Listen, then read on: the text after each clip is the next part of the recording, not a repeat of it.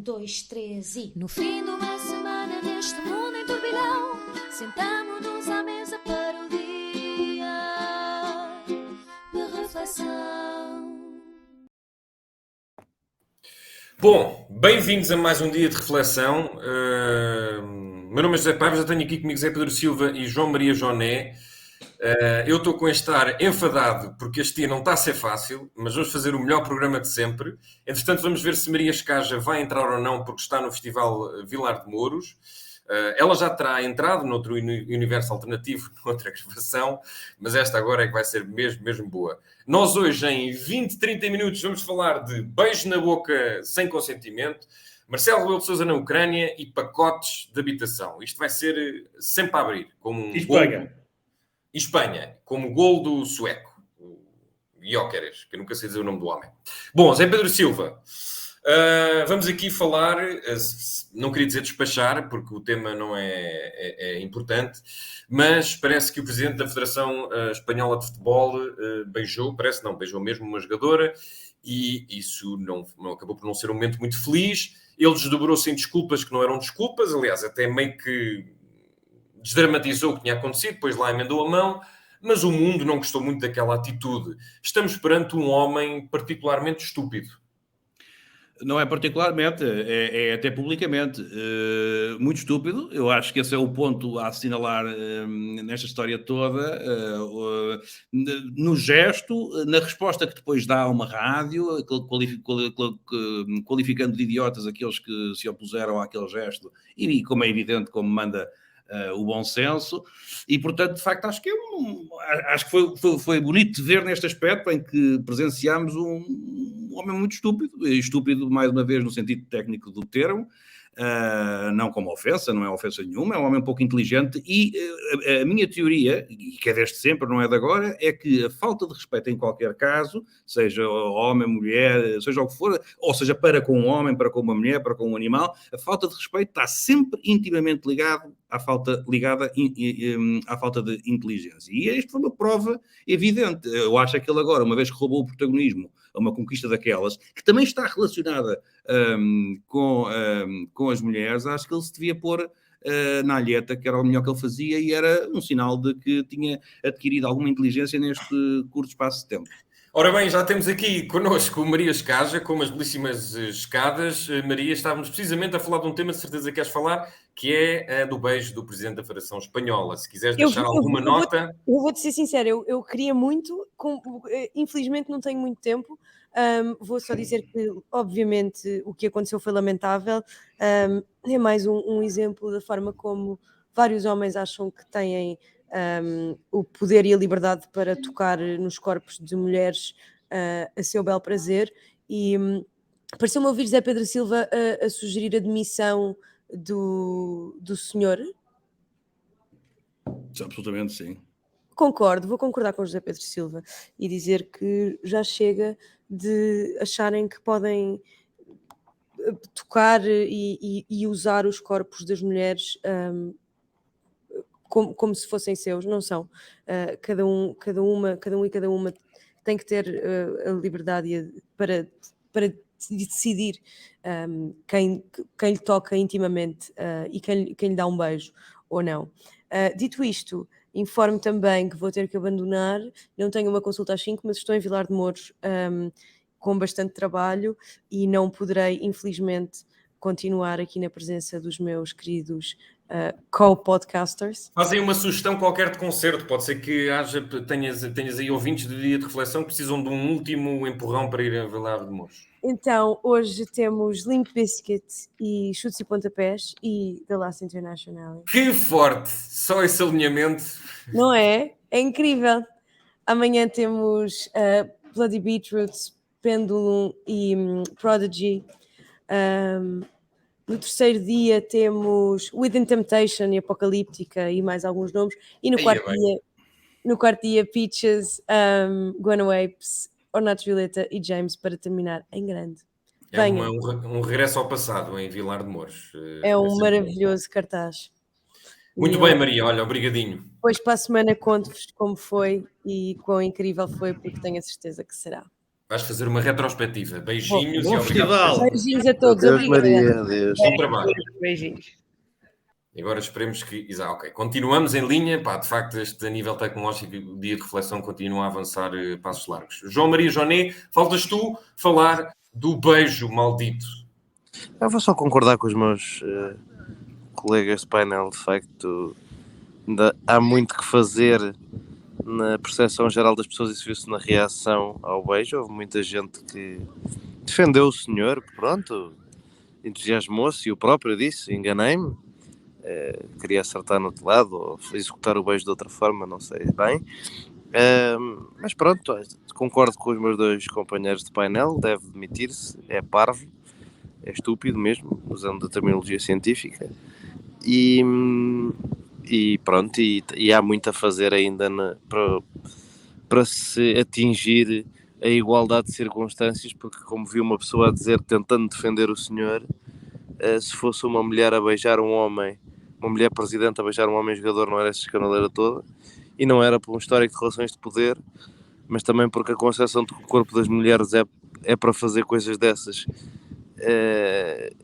dá para os dois lados, e isso ainda é uma coisa um bocado preocupante. Mas pronto, era isto que eu tinha para dizer. Muito bem, vamos avançar então para Marcelo na Ucrânia, uma viagem já desejada há muito tempo pelo próprio Marcelo, pelo menos ouço falar desta viagem há algum tempo. Marcelo vai andar pelas cidades mais massacradas pela ocupação russa e vai se encontrar, segundo sei, amanhã com o Zelensky, o presidente da Ucrânia. Zé Pedro Silva, Marcelo Rebelo de Sousa chegou a dizer, aliás nestes dias, agora mal chegou, que tudo o que importa na vida da Ucrânia importa na vida de Portugal.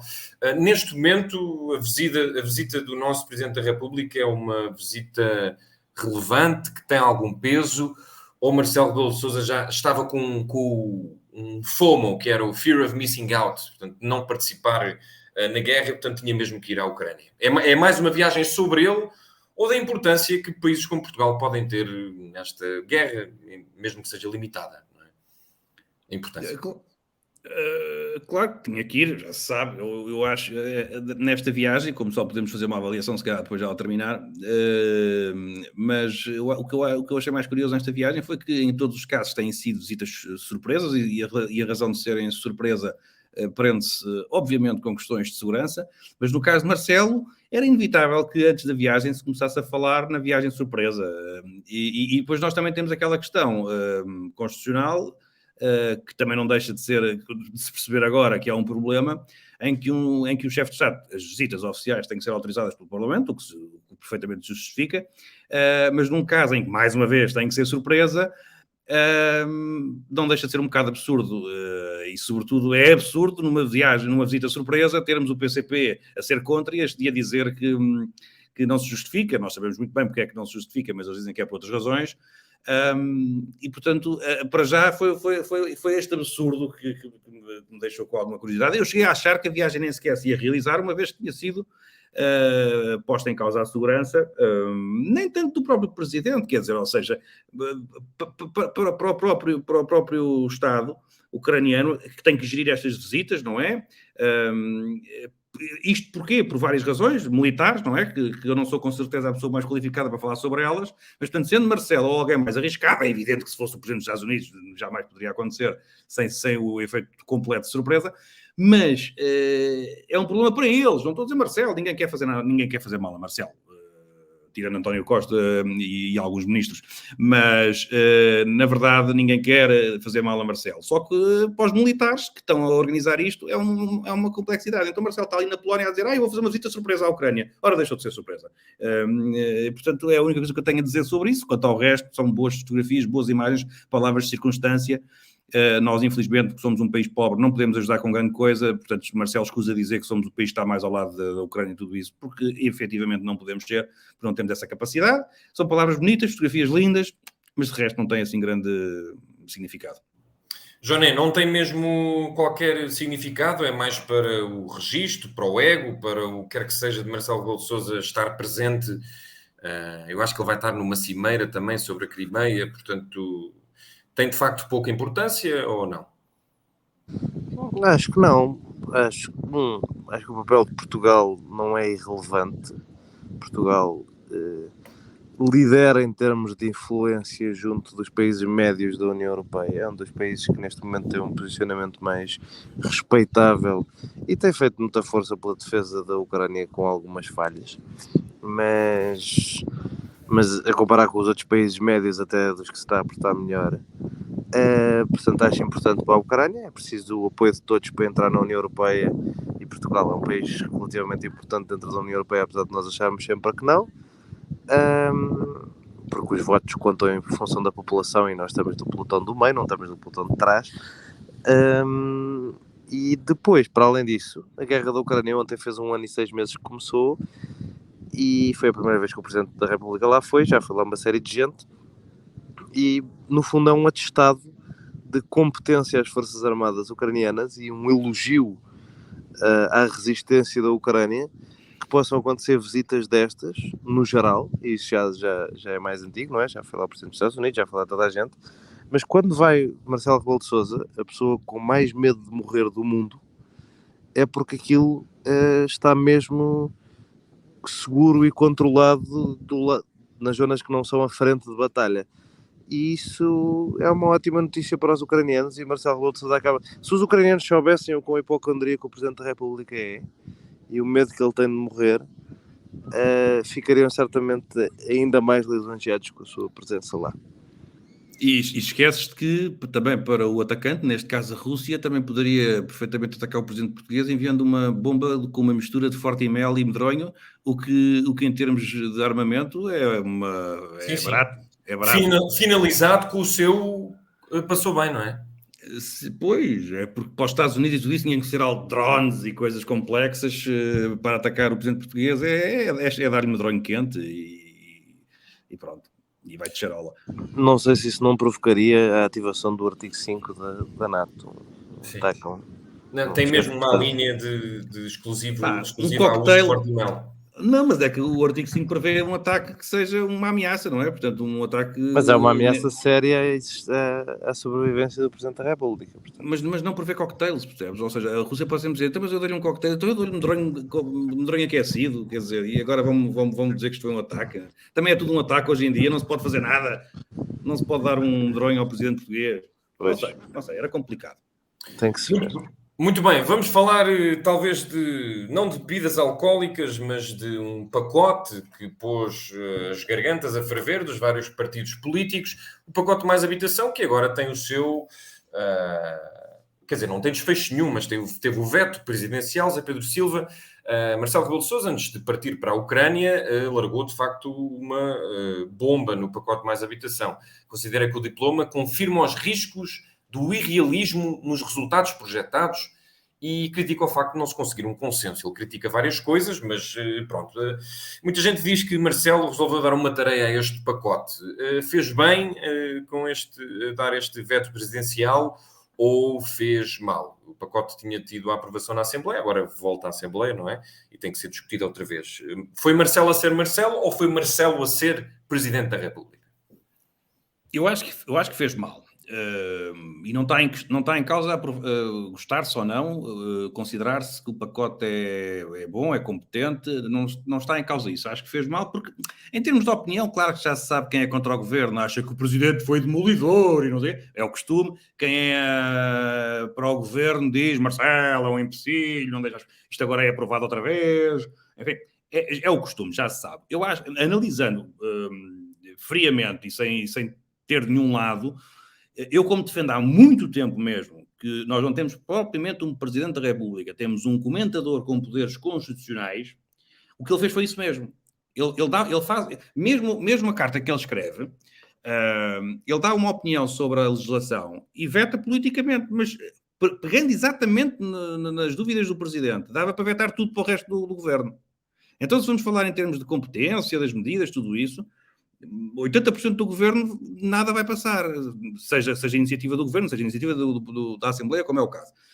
Mas o governo é apoiado por uma maioria parlamentar, portanto, quando falamos aqui em Parlamento e Governo, com não uma maioria absoluta, as coisas são um bocadinho confundíveis.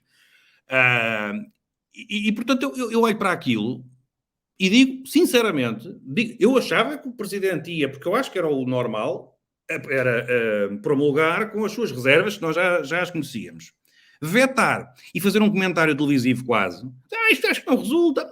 Isto pode não resultar. Isto não é muito eficaz. Isto não resolve já para amanhã. Eu olho para aquilo e digo, então dissolve, homem. Porque isso não é o problema do pacote mais habitação. Isso é o problema do 23º ou 4º Governo Constitucional, não sei qual é. É um problema geral. E, portanto, se estás aqui com tanta coisa, dissolve. Porque ele não tem que avaliar agora cada medida do Governo, ainda que seja de iniciativa da Assembleia, e dizer, isto não é competente, vou vetar. Não é essa a função dele. Quer dizer, se fosse alguma coisa que ele só punha por razões... Tivemos a questão das eutanásias, tudo isso. Isso, o Presidente tem o seu direito de fazer o veto político. Agora, pela competência das leis e das decisões do Governo, tu tem que dissolver. É esse o meu ponto. E, portanto, achei que nós concordarmos ou não com as medidas, acho que não poderá estar na base de uma decisão de promulgação ou de veto. Ele defende sempre com o facto de ter feito muito poucos vetos presidenciais. Eu ouvi isso da parte dele. Pronto, mas agora desde que se zangou com o Primeiro-Ministro porque queria que ele demitisse um Ministro, que ainda por cima começa-se a perceber que a decisão de António Costa foi, eu na altura critiquei, mas começa-se a perceber que a decisão do Primeiro-Ministro foi acertada. E Marcelo está neste momento com um nível de stress e de raiva tremendo, não é? Porque mais valia que as coisas nas infraestruturas estivessem a correr pessimamente, para eles estão a ver como eu tinha razão, e uma vez que não estão, Marcelo está a ferver. E, portanto, o que ele fez para trás, que eram muito amiguinhos, mas assim que António Costa levantou a voz, Marcelo agora está quase a espernear. E, portanto, há um antes e depois dos últimos meses, porque isto não é um problema de habitação, isto é um problema de coabitação entre o Primeiro-Ministro e o Presidente da República. E Marcelo está frito e vai ser maldoso, e ele é maldoso, consegue ser. Portanto, o que ele diz para trás pouco interessa agora, porque mudou completamente a relação entre os dois órgãos e Marcelo já se está a comportar como quem está ali a picar, porque isto o que ele diz, para terminar, o que ele diz de facto nesta justificação do veto é vocês são os incompetentes, isto não presta para nada. Ora, isto já não é propriamente o veto político na sua essência, ou seja, em que o Presidente se opõe a uma norma, mas apenas que avalia a competência das normas. Joné, podes comentar aquilo que o Zé Pedro diz, mas perguntar-te de um ponto de vista mais, se quiseres, humano, pessoal, o que quer que seja, não deixa de ser preocupante que uma das situações de maior emergência em Portugal é a questão da habitação e que estejamos aqui num limbo onde tivemos um pacote bastante grande, independentemente de ser bom ou não, que agora fica aqui meio parado ou tem que voltar à base para ser avaliado e, quer dizer, os problemas continuam a existir. Marcelo Rebelo de Sousa não pensou nesse problema, quis só fazer pirraça, como Zé Pedro Silva está aqui a dizer, porque está pior-se com António Costa, depois do caso Galamba, ou há outras razões que encontras para este veto? Bem, eu não tenho bateria, praticamente, portanto a probabilidade disto sair cortado é gigante. No entanto, concordo totalmente com o Zé Pedro Silva, foi nisso que eu votei num presidente comentador, acho que era o pacote que estava prometido, e o presidente comentador fez o que se exige que o presidente comentador faça, que é dar as diretrizes. Bem, enfim, dar as diretrizes e agora vamos descobrir nos próximos episódios se o Joné conseguir bateria ou não. Eu acho que não vai conseguir, mas vamos ver. Zé Pedro Silva, se quiseres dizer mais alguma coisa, não deu para mais. Não sei se o Joné não pode deixar algo por escrito. Se quiseres dizer mais alguma coisa sobre este tema e depois, olha, mandamos as pessoas a algum sítio ou tentamos outra vez ou vemos para a semana. Deixa a tua consideração. Posso sempre tentar adivinhar o que é que o Joné ia dizer, não é? Sim, podemos fazer isso. Com o Presidente, exato, então o tramamos, não é? Porque no fundo depois fica aqui registado a sua opinião e fomos nós que apenas adivinhamos. Não, olha, pois acho que agora assim, uma vez que temos duas baixas, acho que fica complicado. Não sei se queres tu. Também podes sempre tu dizer se achas que Marcelo fez bem, não é? Confesso que não sei. Eu do que eu li, de todas as propostas que li, nada me atingia particularmente. Eu estou a ser bastante egoísta na minha avaliação. E quem diz diz milhares de jovens por este país inteiro. Portanto, não sei se o veto presidencial foi bom ou não. Se isto fizesse com que o Parlamento discutisse melhor o pacote mais habitação e não perder tempo com, como é que era, os arrendamentos coercivos, ou lá o que era, que parecia uma coisa meio bizarra, talvez fosse mais interessante. Mas talvez esteja de acordo contigo que Marcelo quis ser só Marcelo porque está muito chateado. Mas era o que eu estava a dizer, mas é que não está tanto em questão. Eu acho que não pode estar. Eu, se estivesse no lugar de Marcelo, não pode estar tanto em questão. Eu acho, se eu achar que... Por isso é que eu digo, então tenho que dissolver e fazer um governo de iniciativa presidencial. Aqui a questão, eu não concordo com muitas das medidas do pacote, enfim, são muitas, eu não vou dizer que sei todas a fundo.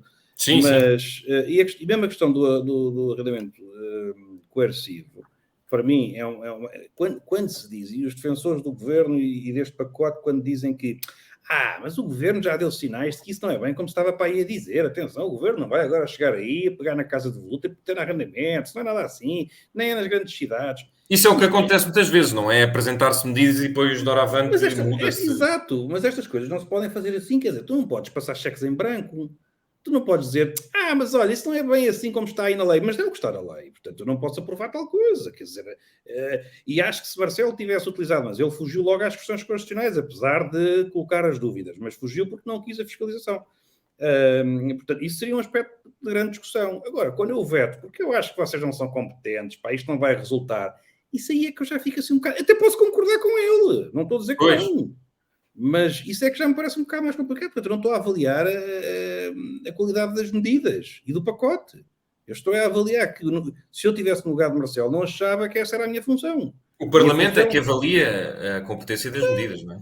Mais ainda quando ele sabe perfeitamente, com a maioria absoluta, isto agora volta ao Parlamento e é aprovado, quer dizer, e portanto vai continuar nesta guerra, quis chamar incompetente ao governo, lá chamou, porque está nesta guerra, vamos ver onde é que isto vai parar. Mas como te digo, sim, mas como te digo, não tem tanto a ver com as medidas. Eu, por mim, não tem tanto a ver com as medidas. Acho que isso é outra discussão, não é? Aquilo que eu queria perguntar ao Joné é precisamente isso. É este número que se cria aqui. E estamos a falar do mesmo... Eu, pelo menos, acho que é um assunto de emergência. Quer dizer, não estou a falar só de casas para pessoas da minha idade. Estou a falar para todas pobres e classe média. Acho um bocadinho triste estarmos a perder tempo com estes números quando, de facto, ou com a saúde, há temas que são mesmo de emergência nacional. E que devia haver um maior consenso à volta deles, mesmo que estejamos em maioria absoluta, digo eu, mas isto se calhar sou eu muito utópico. Mas é que o problema é que a incompetência já vem de trás, ou seja, isso foi o que discutimos aqui há uns episódios, porque o problema é que o problema está a ser criado há anos, não é? E portanto, a incompetência está lá atrás, quando havia certas decisões que provocavam uma instabilidade tremenda no mercado, fosse do lado das burocracias, fosse do lado dos vistos gold, fosse o que fosse, mas qualquer técnico e os especialistas, que agora gostamos tanto deles, com certeza que alertavam, mesmo que fosse lá nos gabinetes, que isto vai dar raia, não é? Os economistas, enfim, toda a gente tinha que ter esta consciência e, portanto, tudo o que se fizer agora, Marcelo queria que as coisas se resolvessem de hoje para amanhã. Não é propriamente, isto não vai lá com vacinas, não é? Pois. Portanto, isto é uma coisa que vai sempre ser demorada, não? Enfim, não sei, mas acho que se Marcelo, por isso é que eu digo, homem, dissolve, estás para aí com estas coisas, dissolve, se achas que eles são uma cambada de incompetentes e que estão a colocar em perigo o futuro do país e do desenvolvimento e do progresso, dissolve, não estejas sempre a ameaçar, dissolve, vamos embora, não é? Sim, eu estava aqui a olhar para um gráfico do Financial Times que a Rita me mostrou, que punha a curva das rendas de Lisboa, é o Financial Times, acima das outras cidades todas, o que é sempre impressionante. E, portanto, daí que é estranho estarmos aqui, parece que o assunto está embargado, é meio bizarro. Depois Marcelo para a Ucrânia... Eu esses estudos precisava sempre ver com quais é que são feitos, porque temos eu sempre... queria ter aqui, mas eu não estou a encontrar. Eu depois envio e ponho à disposição. É que há uma diferença entre o valor que se pede e há estudos que são feitos com base nos valores que são pedidos, no famoso asking price, e não se praticam. E aqueles que são, de facto, objeto de uma venda ou de um arrendamento. Mas há estudos que também são feitos já com este cálculo do que é feito, de facto, mesmo na transação. Portanto, tem que sempre se perceber... Porque há aí muitas coisas que são de alarmismo, não é? Dizer, agora é tão caro viver em Lisboa como viver em Paris, ou em Madrid, ou em Londres. Os estudos muitas vezes, e como nós, a partir do momento em que qualquer informação vem por via de um estudo, nós dizemos, se é um estudo, é porque é verdade. É um bocado como aquelas coisas, se está na internet, é porque é verdade. Mas os estudos às vezes são um bocadinho cegos na medida em que a realidade não é essa, não é? E por isso há aí muitos loucos que pedem 2.000 euros pelo T1 ou pelo T2, ou seja, pelo que for, e depois aquilo foi, e fazem isso às vezes para segmentar, para não aparecer este ou aquele interessado, mas depois lá encontram uma família simpática, que dá muitas Isso aconteceu, garantias, sim, sim. quer arrendar por 10 anos, e o valor final do arrendamento é metade disso. Portanto, Eu devo dizer que, no meu caso, o nível das minhas rendas nem aumenta, quer dizer, esta agora aumentou substancialmente. O que não aumenta são outras questões, não tem nada a ver com a habitação, que é a questão dos salários e do rendimento que tu tens para viver. Isso aí até era interessante fazer esse aliás, já não é essa teoria, não é? Sobe tudo menos os salários.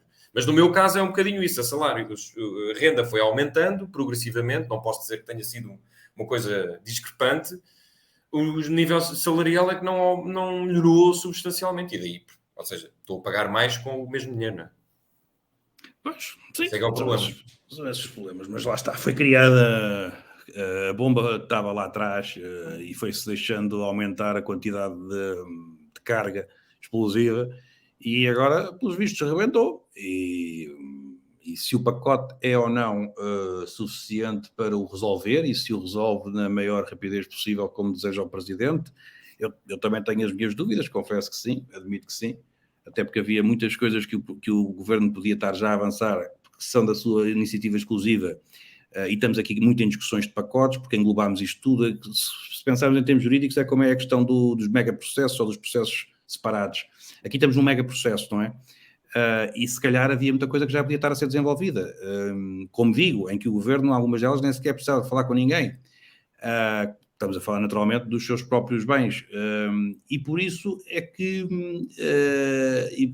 que eu posso concordar com as reservas do Presidente, mas daí achar que é razão para vetar quando sabe que só vai conseguir atrasar ainda mais. Porque o Marcelo não vai conseguir chegar ao Palácio de São Bento ou ao Palacete de São Bento, residência oficial do Primeiro-Ministro, e dizer: sai daí, anda cá, deixa-me cá fazer isto, eu vou-te dizer como é que isto se faz. Como isso não acontece, Marcelo, sendo Presidente, se considera que tem um governo incompetente, é a vida. Os portugueses votaram nisto e com a maioria absoluta. A democracia é assim. Quer dizer, portanto, não estar a avaliar competências e eficácias, acho complicado. Mas pronto. Muito bem. Olha, com já muita agora... pena não conseguimos ouvir a opinião Sim. dos outros dois Fica aqui paineleiros.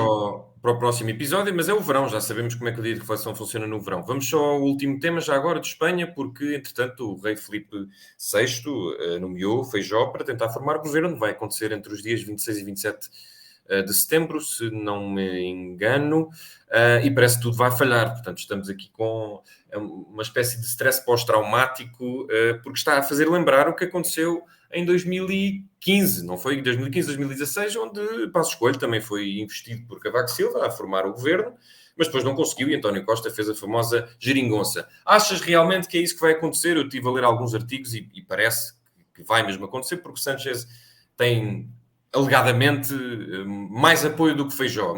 Não muito, mas um bocadinho mais. E, portanto, pode ser mesmo isso que vai acontecer. Ou achas que Espanha vai a eleições ali para o final do ano, como se apregoa? Ou para o início do próximo. Acho que é janeiro. Acho que é janeiro. Eu concordo com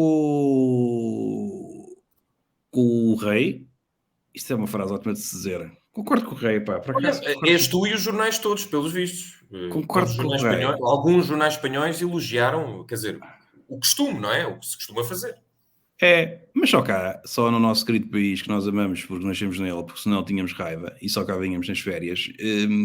Mas só no nosso país é que se achou mal o Presidente dar posse aos vencedores das eleições, quando a ideia era: mas isto é só perder tempo, pá. Mas qual perder tempo? Quer dizer, as coisas são...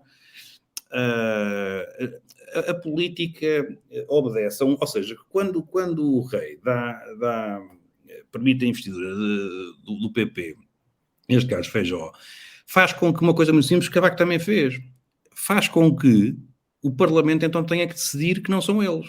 E isto é importante. E mesmo para o eleitorado é importante, porque senão o que vai acontecer é... Nós até podemos saber o resultado. Feijóo acho que tem 172, não chega.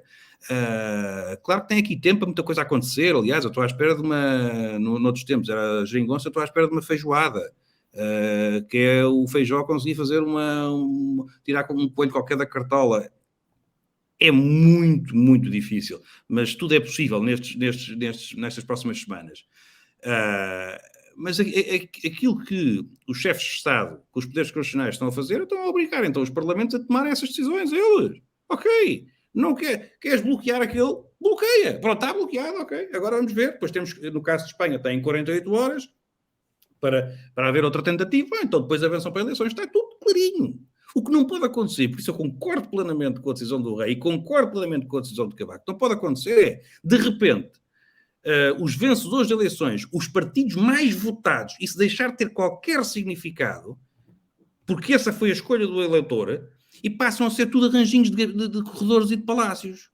Se depois se coligam com este, com aquele, com a ACP, com a TSF, com não sei o quê, com o PS, com o PSD, e uma pessoa pensa, eu não votei nisto, eu sempre disse a mesma coisa relativamente à geringonça.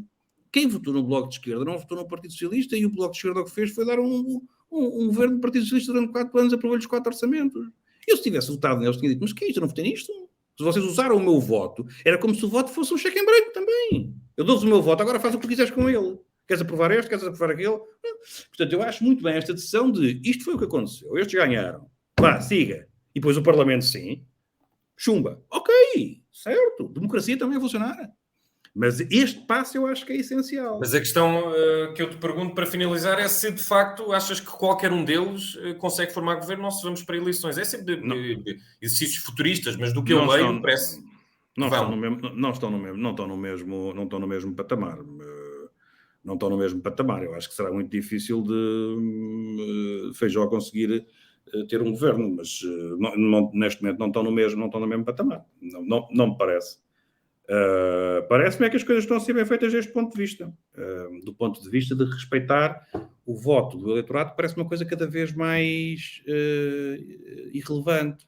Nós votamos e depois eles lá fazem combinações com 25 partidos, 30 partidos, 40 partidos, que defendem coisas que são completamente contraditórias, estão em jogo de poder. E aqui a culpa, termino com isto, aqui a culpa, para mim, tanto em Portugal como em Espanha, em que, na minha opinião, são situações muito idênticas a este nível, não estou a fazer paralelismos, porque os especialistas já nos disseram que não se pode fazer, porque os problemas deles são outros, tudo bem. Mas em matéria do ponto de vista puramente político, a culpa, a responsabilidade é dos moderados, porque se nós repararmos, há um voto que é absolutamente substancial ao centro. Centro-direita, centro-esquerda, o PP é diferente do nosso PSD, é um partido mais à direita, mas a esmagadora maioria, mais do que absolutíssima, dos eleitores votam nestes partidos. No PS, no PP, no PSD, no PS, como digo, com as diferenças que eles têm, que existem de facto, mas são menores as diferenças entre eles do que para os radicais. E, portanto, estes partidos demonstram-nos que são completamente demonstram que é completamente impossível qualquer espécie de acordo e de coligação, parece que não se conhecem, que não se dão, e optam sempre por ir para as extremidades. Optam sempre, é como se estivessem permanentemente eles em guerras de poder, quer mandar eu, não pensam no país, pensam neles, nos partidos dele. E, portanto, vão buscar aqueles gajos que tiveram 1%, tiveram 80 mil votos, anda cá, mais um deputado, já dá, já consigo governar eu. Isto está errado. Está absolutamente errado. Tem que se deixar de querer o poder pelo poder e de perceber que eu sou um democrata, não sei quantos milhões de pessoas que representam 80% dos eleitores que foram lá votar, votaram nisto. Portanto, nós temos que ter aqui um acordo entre nós. E isto nunca está em cima da mesa. Sanches não quis reunir com o Feijóo porque prefere ir buscar as franjas para governar ele. E isto está errado. E cá, na minha opinião, também esteve errado. Houve uma tentativa de acordo entre o PS e o PSD, fora de eleições. Na altura o PS estava com António José Seguro à frente e deram cabo de António José Seguro, porque o PS não queria nada com o PSD, queria governar ele.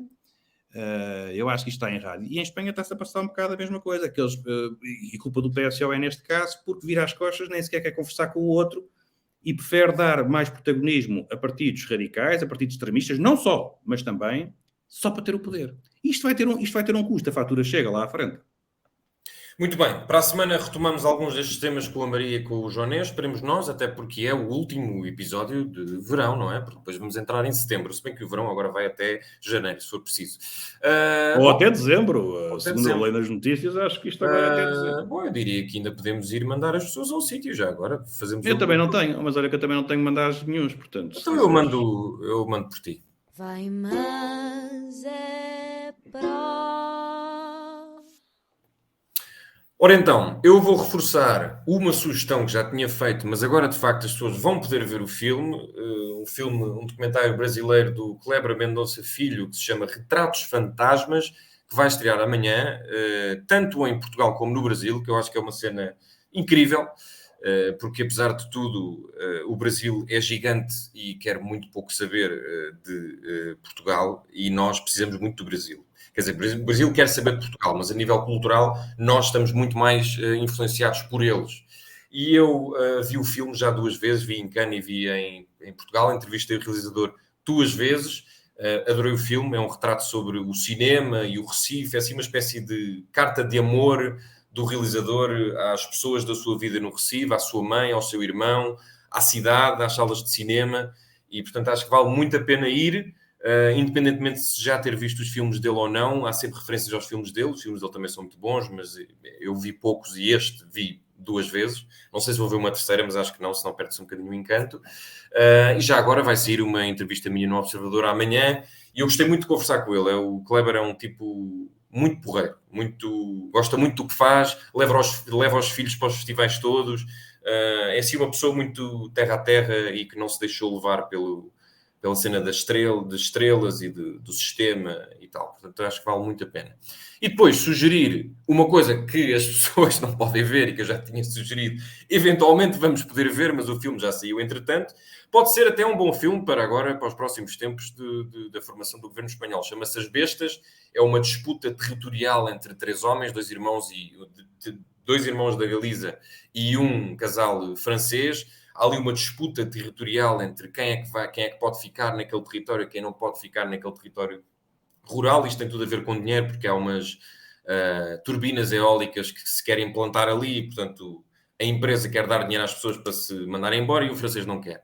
E aquilo gera uma luta muito animalesca, muito sobre a palavra, de violência mesmo de palavra e de ação, que acaba por ser bastante assustador. E eu recomendo vivamente porque é um filme...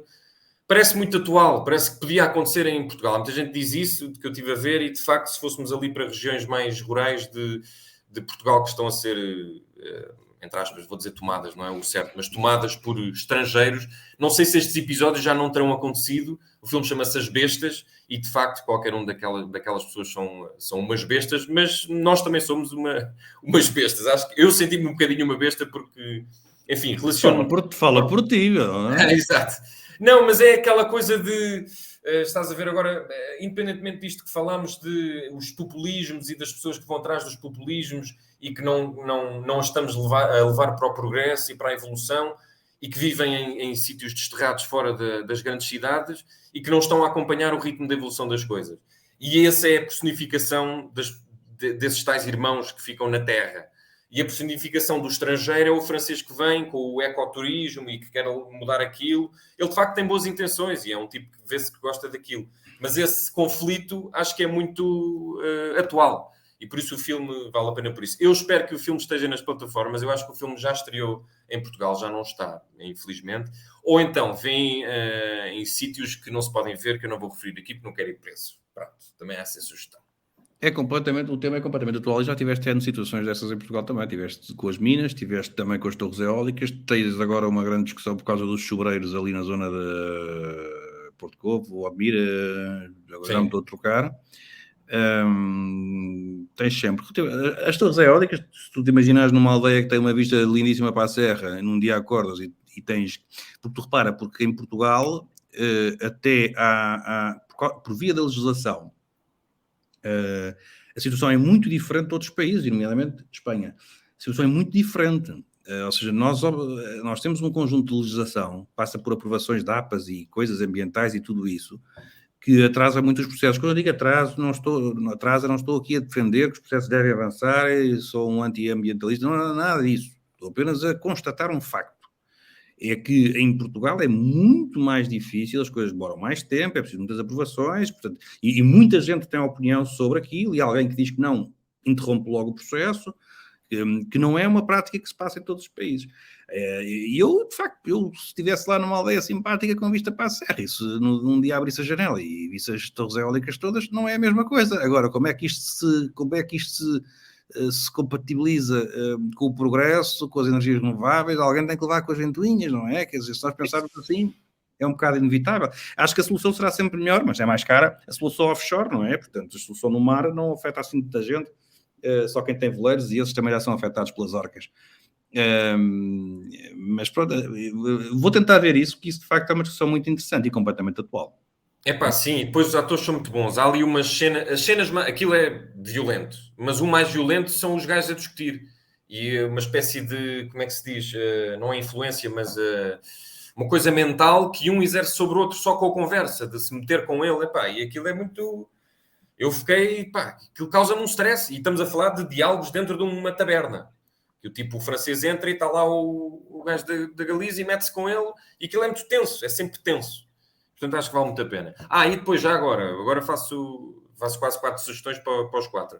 Uma série que eu acabei de ver, que se chama Painkillers, que é sobre a epidemia de opiáceos nos Estados Unidos. Aquilo é sobre a empresa que criou um monopólio de opiáceos nos Estados Unidos da América e que levou muita gente a morrer. São milhares e milhares de pessoas. Mas os tipos conseguiram dar a volta e safar-se, mas depois abriram falência. Mas a história é muito boa, vale muito a pena, porque aquilo é muito parecido com a epidemia, não sei se te recordas disso, talvez... Covid-19. Mas da epidemia do crack nos Estados Unidos. E essa comparação é muito interessante, porque os opiáceos, estamos a falar de uma empresa farmacêutica que criava comprimidos e o crack era para os desgraçados, não era para os sem-abrigos que andavam no meio das ruas. Mas a estratégia de marketing, a estratégia de venda era exatamente a mesma. Mas em vez de ter os traficantes de mau aspecto, tinha as miúdas de 18, 19 anos todas apraltadas a irem vender os comprimidos às farmácias. E essa volta eu não conhecia a história, acho que é uma minissérie, são 6 episódios. E está bem escrita, bem realizada, e eu acho que vale bastante a pena. Isso é um dramalhão, esse de facto é um outro mundo. Não, as imagens que se vão vendo do estado em que fica a malta com o consumo daquelas drogas é uma coisa... É muito hardcore. É muito hardcore, não é? Porque aquilo era usado, ou seja, imagina que tu levantavas do dia de reflexão, caías e espetavas uma coisa nas costas. E precisavas de uma coisa forte para as dores. Só que aquilo depois vicia-te, porque aquilo vem da heroína. Portanto, imagina tu tomares um comprimido que há muita gente viciada em comprimidos. Mas não é droga, não é uma coisa que tu injetas. Depois eles começaram a snifar aquilo. Mas não é aquela droga tradicional, é um comprimido. Isso é que é o assustador. Não, é o fentanil, não é? O fentanil acho que é uma coisa que... Aquilo chama-se Oxycontin. Que eu não sei traduzir. Sim. São opiáceos, pois. São opiáceos. Exato, são drogas de cavalo e que... é pesadíssimo. Pois, e depois as outras também ficam mais caras, tem que se recorrer a indústria da droga está em permanente evolução. Enfim, é um grande drama. É um grande drama. E eu vou-te ser sincero, eu quando vou ao catálogo do Netflix e quando sempre vi o Painkillers, fui ver qual é que era a sinopse e pensei assim, não tenho pachorra para me chatear com isto. Não é um problema gravíssimo. Mas tem uma coisa boa, quer dizer, dentro da tragédia, é que aquilo tem um ritmo de ação. Aquilo não é documentário. Aquilo até tem um coisa meio cómico, um tom meio cómico, o que é meio bizarro. Por isso é que eu achei fixe. Não é aquela coisa pesarosa de documentário, ali pessoas a falar à frente da câmara. É uma coisa com ritmo. Mas pronto. Ficam sugestões. Já que dizes que tem ritmo, eu gosto muito de ritmo. Portanto, não sei se tens alguma, senão vamos à nossa vida. Não tenho. Estava aqui aliás a tentar ver as coisas que tenho visto nos últimos dias, mas não tenho assim nada, não. E as tuas recomendações são tão boas que o que é que eu poderia recomendar com mais interesse? E são tão boas e são tantas, não é? E as pessoas não têm tempo a ver tudo, de maneiras que deixo com as tuas, que estão muito bem. Só tenho porque pagam para ver, não é? Entre aspas. Pagam para ver. Pois, exato. Era uma forma de resolver o meu problema de não conseguir ver nada. Era se alguém me pagasse para ver, também era capaz de arranjar um tempinho. Opa, olha, e já agora, já que estamos numa de promoção, eu que nunca tinha escrito para o Expresso, esta semana sai um artigo, já saiu, mas vai sair na revista, que sempre foi uma coisa que eu quis, voltar a escrever imprensa escrita. E vai sair um artigo meu sobre uma série chamada Novela, que eu acho que já sugeri aqui. E pronto, quem quiser comprar e ler, faz-me... Enfim, se alguém quiser comprar, fico muito contente. Se não quiser, eu também fico contente na mesma. Mas Tu e o Francisco Maria. Mas olha, mas é no próximo fim de semana, portanto. É o Expresso que sai agora na sexta-feira. É sexta-feira. Eu acho que vai haver, acho que depois do que acabaste de dizer, acho que vai haver uma corrida às bancas. Eu, se fosse a eles, se fosse a eles, mandava fazer o dobro. Não, claramente. Mas eu falei com a autora da série, ela ficou muito contente, diz, sério, que legal ser imprensa escrita, isso já é uma coisa que se perdeu. E... é uma coisa o que eu queria mesmo, você sabe, é que fosse numa imprensa falsa, mas sendo uma imprensa escrita também é bom. Não, mas ela disse assim, vou pedir para as minhas primas comprarem, que é sempre, lá está, nós estamos sempre, Brasil e Portugal estão sempre ligados, às vezes pelas piores razões, outras vezes pelas melhores. E, portanto, eu gosto muito do Brasil, enfim, sou suspeito. Bom, amigos não, amigo. Isto agora pareceu um bocado estranho, não é? Já estou a ver aqui. Está feito mais um dia de reflexão, malta que nos está a ouvir. Olha, isto acontece, é o dia de reflexão. Esperamos para a semana ter o painel outra vez todo junto.